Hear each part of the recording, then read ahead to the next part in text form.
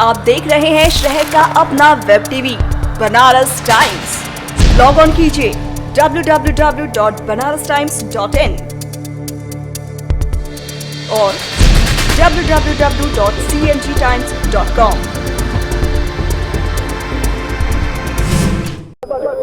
क्या हाल है? आप सब कैसे हो?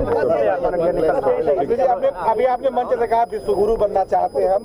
वर्क प्लान क्या है? विश्वगुरु कैसे बनेंगे? भारत तो कभी न कभी जगत गुरु था और मैं समझता हूं कि वह सब सारे फंडामेंटल्स भारत के पास हैं जिनके आधार पर भारत फिर से जगत गुरु बन सकता है।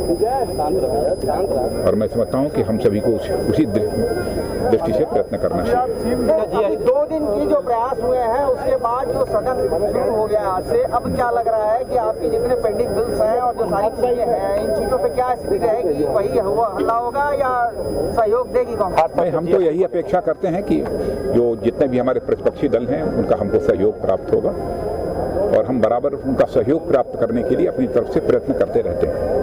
अरविंद केजरीवाल के जोगपाल को क्या करना चाहेंगे? अरे आप बतला देना है। सर, विनय कटियार ने कहा है कि राम मंदिर बनेगा और इसी सरकार के निज़म में बनेगा। मैं जो बोल रहा हूँ उसको तो सुनो आप। राजनाथ जी, जो मोदी जी का एक सुपर पावर देश को बनाना चाह रहे हो, आपका जगत दोनों में अंतर है? नहीं, ये कभी उन्होंने कहा है ना, कभी ऐसा आप लोग अनावश्यक जो कंट्रोवर्सी सर अभी फारूक अब्दुल्ला साहब उन्होंने ऐसा नहीं कहा जो आप कर रहे हो। पाकिस्तान के फारूक अब्दुल्ला जी के बयान सर, फारूक अब्दुल्ला साहब का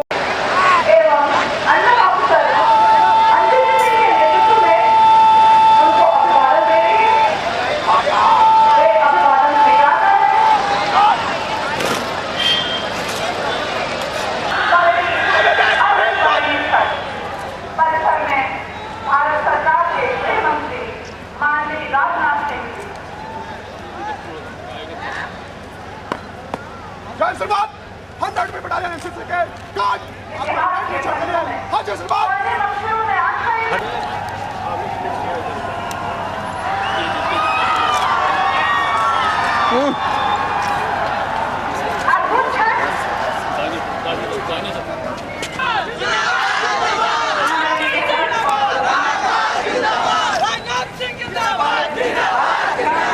गृह मंत्री माननीय राजनाथ सिंह जी का आगमन।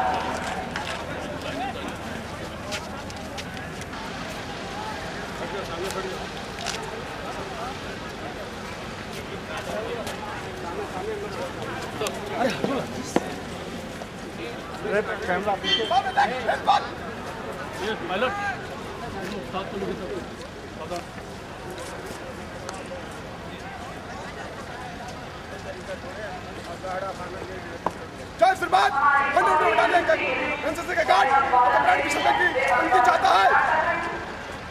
जय श्रीमान।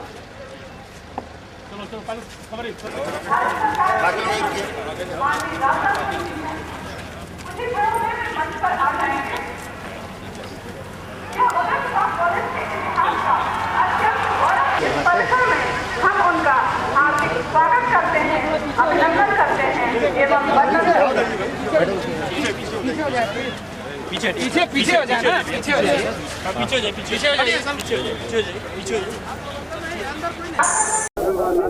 सर, फारूक अब्दुल्ला साहब का कहना है कि पीयूके जो है पाकिस्तान का हिस्सा है। बल्ली को जोर मत दीजिए, सर फारूक अब्दुल्ला साहब का कहना है पीयूके जो है पाकिस्तान का हिस्सा है, क्या कहेंगे? जी ठीक है। राजेंद्र सिंह बरियापुर सर।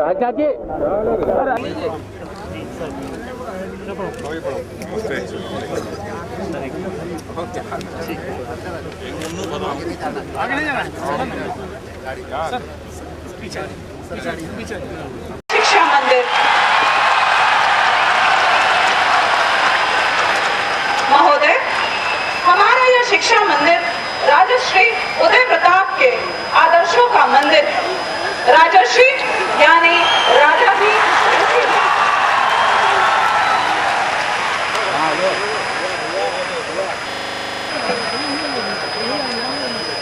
समेकित सहयोग अत्यंत सौभाग्यशाली क्षण। हमारे आज के कार्यक्रम के मुख्य अतिथि भारत सरकार के गृह मंत्री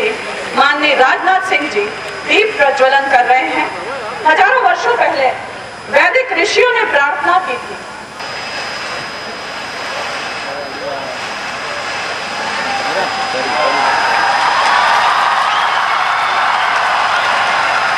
माननीय राजनाथ सिंह का पुष्पहार से स्वागत एवं अभिनंदन करेंगे।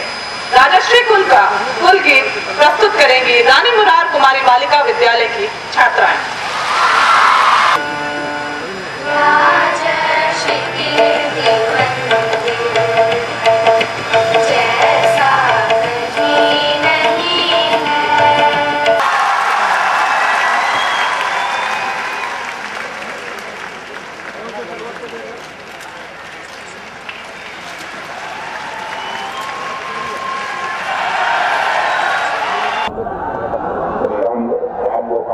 भी प्रस्तुत करना चाहता हूं। मैं जानता हूं कि बहुत सारे छात्रों ने उनका नाम तो नहीं सुना होगा, लेकिन एक विश्वविख्यात राइटर, लेखक जिनका नाम टॉम फ्रीडमैन है, उनका नाम शायद किसी ने सुना होगा। उन्होंने एक पुस्तक लिखी थी, द वर्ल्ड इज फ्लैट। यह पुस्तक लिखी थी उसी विख्यात लेखक टॉम फ्रीडमैन ने 15 साल पहले लंदन से प्रकाशित होने वाले द गार्जियन समाचार पत्र में एक लेख लिखा था, और उस लेख की हेडिंग थी इन्फोसिस वर्सेस अल कायदा। इंफॉर्मेशन टेक्नोलॉजी के बारे में सभी बच्चे जानते हैं कि नहीं जानते हैं? जो जानते हैं जरा हाथ उठाइए। वेरी गुड, बहुत अच्छा। उन्होंने लिखा था इन्फोसिस वर्सेस अल कायदा। अल कायदा एक आतंकवादी संगठन है। उन्होंने कहा कि इन दोनों में बहुत बड़ी दोनों में समानता है। यह टॉम फ्रीडमैन ने कहा था। उनका कहना था कि इन्फोसिस का जन्म जिस कालखंड में हुआ, उसी कालखंड में अल कायदा का भी जन्म हुआ। पहली समानता तो यह है इन्फोसिस और अल कायदा। दूसरा उन्होंने उदाहरण दिया कि दोनों इन्फोसिस का भी और अल कायदा का भी यह ग्लोबल नेटवर्क है। केवल भारत में ही यह नहीं पाए जाते, बल्कि दुनिया में सभी स्थान पर पाए जाते हैं। इसलिए उन्होंने कहा कि दोनों का ग्लोबल नेटवर्क। तीसरी बात उन्होंने कही थी, चाहे इन्फोसिस हो चाहे अल कायदा हो, उसमें काम करने वाले जो हैं वह सभी के सभी नौजवान हैं। यह तीसरी समानता दोनों संगठनों के बीच उन्होंने बताई।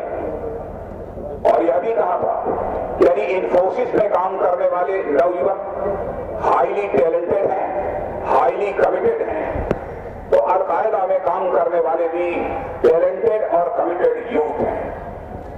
उन्होंने यह सवाल खड़ा किया कि यदि इतनी समानताएं जिस इन्फोसिस और अल कायदा में है, तो दोनों में काम करने वाले नौजवानों की सोच में अंतर कहां है?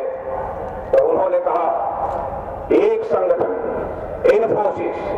इन्फोसिस में काम करने वाला जो नौजवान है, उसका टैलेंट, उसकी प्रतिभा क्रिएटिव है, सृजनात्मक है, और अल कायदा में काम करने वाले नवयुवक की प्रतिभा डिस्ट्रक्टिव है, यानी वह समाज के लिए विनाशकारी है।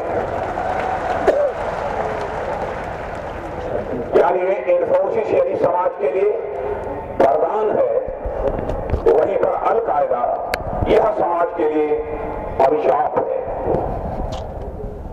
मेरे नौजवानों, रोकने का हमारा उद्देश्य क्या है? तो मैं पहले प्रश्न से अपनी बात की शुरुआत करता हूं।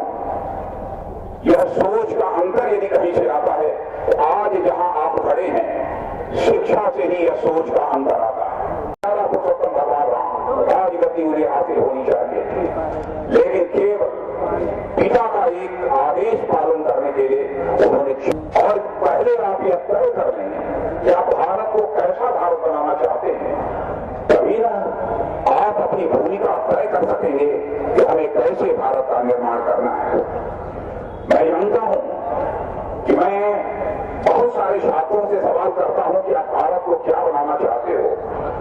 बहुत सारे छात्र, ऊंची कक्षाओं के पढ़े हुए छात्र जवाब देते हैं कि हम भारत को सुपर पावर बनाना चाहते हैं। इकोनॉमिक्स का यदि कोई छात्र है तो यह कहेगा कि हम भारत को एक सुपर इकोनॉमिक पावर बनाना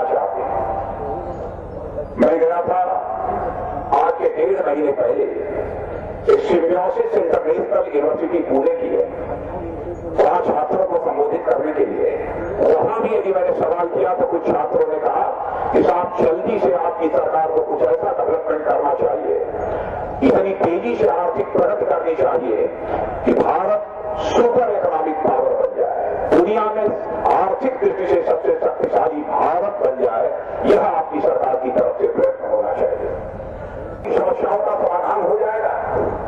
दुनिया में तो बहुत सारे देश सुपर इकोनॉमिक पावर बन चुके, चाहे ब्रिटेन हो, फ्रांस हो, जर्मनी हो, जापान हो, इटली हो, और आज भी यदि देखा जाए तो अमेरिका और चाइना अब दोनों अपने को सुपर इकोनॉमिक पावर बनने लगे हैं। लेकिन कोई यह पूछे क्या अमेरिका और चीन दोनों के सुपर इकोनॉमिक पावर बन जाने के कारण क्या उनकी जो अपनी समस्याएं हैं उन समस्याओं का समाधान हो गया है? तो यही उत्तर मिलेगा, नहीं। मैंने देखा है, मैं चीन से भी 4 दिन पहले मैं लौटा, 5 दिन चीन में रहने के बाद वहां से भिन्न भिन्न प्रतिनिधिमंडल के लोगों से बात करने के बाद वहां की सोशियो इकोनॉमिक कंडीशन की जानकारी हासिल करने के बाद मैं इस नतीजे पर पहुंचा हूं, चीन भी यह दावा नहीं कर सकता उसकी बहुत सारी सामाजिक आर्थिक समस्याओं का समाधान हो चुका है। अथवा मनुष्य को जीवन में जिस सुख और शांति की अपेक्षा रहती है वह सुख और शांति उन लोगों को प्राप्त हो रही है। इन सुपर इकोनॉमिक पावर माने जाने वाले देश में लोगों के अंदर हमको यह देखने को नहीं मिला। लेकिन हमारे जैसे गांव से निकले हुए एक साधारण परिवार के व्यक्ति से यदि कोई पूछे कि आप भारत को क्या बनाना चाहते हो, क्या आप भारत को सुपर पावर बनाना चाहते हो, सुपर इकोनॉमिक पावर बनाना चाहते हो, तो मैं कहूंगा मैं यदि भारत को बनाना चाहता हूं तो मैं जगत गुरु बनाना चाहता हूं, विश्व गुरु के पद पर मैं भारत को आसीन करना चाहता हूं। कोई हमसे पूछेगा जगत गुरु बनाने से आपको क्या बनने से आपको क्या मिलने वाला है, तो मैं ये कहना चाहूंगा मेरे बच्चों, जो बहुत ताकतवर होता है, जो बहुत प्रभार होता है, उसके बगल में खड़े होने में भय की अनुभूति होती है, आनंद की अनुभूति नहीं होती है, क्योंकि उसका दबदबा उसके शक्ति की दहशत रहती है मन के अंदर। लेकिन जगत गुरु के बगल में भी कोई खड़ा होता है तो वह एकदम सुख की और चैन की अनुभूति करता है, वह अपने को आनंदित महसूस करता है। मैं ऐसा नहीं चाहता हूं, मैं ऐसा नहीं चाहता हूं कि भारत एक ऐसा भारत बन जाए कि सारे विश्व में उसका दबदबा हो जाए, सबके ऊपर दहशत हो। भारत को तो हम ऐसा भारत बनाना चाहते हैं, इस जगत गुरु के रूप में भारत को खड़ा करना चाहते हैं कि दुनिया के लोगों के मन के अंदर भारत को लेकर दहशत और भय पैदा न हो, बल्कि भारत के प्रति लोगों के मन के अंदर एक सम्मान और श्रद्धा का भाव पैदा हो। हम एक ऐसे महान भारत का निर्माण करना चाहते हैं। और आज विज्ञान का छात्र होने के नाते मैं कह सकता हूं, और मैं क्या हाल है, आप सब कैसे हो? अभी आपने मंच से कहा विश्वगुरु बनना चाहते हैं हम, वर्क प्लान क्या है, विश्वगुरु कैसे बनेंगे? भारत तो कभी न कभी जगत गुरु था, और मैं समझता हूं कि वह सब सारे फंडामेंटल्स भारत के पास हैं जिनके आधार पर भारत फिर से जगत गुरु बन सकता है।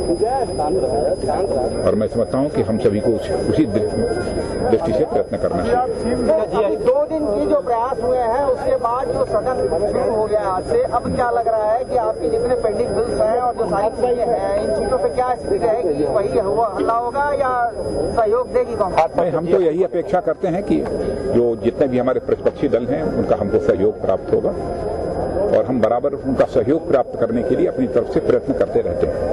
अरविंद केजरीवाल के लोकपाल में क्या करना चाहेंगे? अरे आप बतला देना है। सर, विनय कटियार ने कहा है कि राम मंदिर बनेगा और इसी सरकार के रिजम में अरे बनेगा। मैं जो बोल रहा हूँ उसको तो सुनो आप। राजनाथ जी, जो मोदी जी का एक सुपर पावर देश को बनाना चाह रहे हो, आपका जगत दोनों में अंतर है नहीं, क्या? ये कभी कभी उन्होंने कहा है ना, कभी ऐसा आप लोग अनावश्यक जो कंट्रोवर्सी करके सर अभी नहीं सर अभी फारूक अब्दुल्ला साहब का उन्होंने कहना ऐसा है नहीं कहा जो आप जो है वो पाकिस्तान का हिस्सा है। फारूक अब्दुल्ला जी के बयान